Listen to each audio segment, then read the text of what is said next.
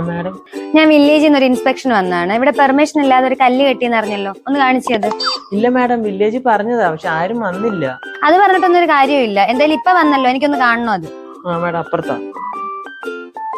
ഇത് എത്ര നാളായിടോ കെട്ടിയിട്ട്? ഒരാഴ്ചയായി മാഡം. എടോ, വില്ലേജ് അസിസ്റ്റന്റിന്റെ സാന്നിധ്യത്തിലല്ലാതെ ഇങ്ങനത്തെ കല്ലൊന്നും കെട്ടാൻ പാടില്ലെന്ന് റൂൾ ഉള്ളത് അറിയത്തില്ലേ? അറിയാം മാഡം, അവിടെ ചെന്ന് പറഞ്ഞായിരുന്നു, പക്ഷെ അവിടുന്ന് ആരും വന്നില്ല മാഡം. ഓക്കെ. കല്ല് കെട്ടുന്നതിന് മുമ്പ് എത്ര പേര്, കല്ല് കെട്ടിയതിന് ശേഷം എത്ര പേര്? പറ. കല്ല് കെട്ടി കഴിഞ്ഞ് 2 പേര്, കല്ല് കെട്ടുന്നതിന് 3 പേര്. അച്ഛന് ജോലി കിട്ടി, അച്ഛൻ ഡൽഹിയിലാണ് മാഡം. ഓഹോ, കല്ല് കെട്ടിക്കഴിഞ്ഞ് 3-ാം പക്കം അച്ഛൻ അങ്ങ് പോയല്ലേ? സമാധി ആക്കിയോടെ അങ്ങനെ? സമാധിയോ?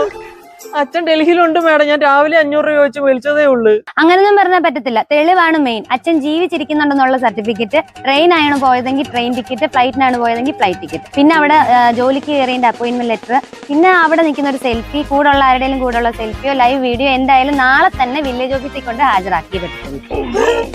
മക്കളെ ഇവിടെ ബഹളം. ഇതാരാ മാഡം? ഇതെന്റെ അമ്മയാ മാഡം. ഭർത്താവിനെ കൊന്ന് സമാധിയാക്കിയിട്ട് പൂജയും വഴിപാടുമായിട്ട് രാമരാമൻ ചൊല്ലി നടക്കുവല്ലേ? ആഹാ, പൂജയും തുടങ്ങിയല്ലേ? ഭസ്മം ഒക്കെ ഉണ്ടല്ലോ. അയ്യോ മാഡം, അത് സോപ്പ് പൊടിയാ. രാവിലെ ഞാൻ അലക്കാനുള്ള എല്ലാം കൊണ്ട് വെച്ചതാ. ഈ സമാധി പൊളിക്കാൻ നാളെ തന്നെ ആള് വരും. എന്റെ മാഡം, ഇത് സമാധിയൊന്നും അല്ല. എന്റെ അമ്മയ്ക്ക് മുട്ടിന് വേദനയാ. അപ്പൊ ഇച്ചിരി ഹൈറ്റ് കല്ല് കെട്ടിയെന്നേ ഉള്ളു. താൻ കുറെ തുണി അലക്കും അങ്ങ് ജയിലിലിരുന്ന്. അപ്പൊ ശരി. ഈ നാറികള് കാരണം ഒരു അലക്കല് പോലും കെട്ടാൻ പറ്റാത്ത അവസ്ഥയാണല്ലോ ദൈവമേ. അതെ.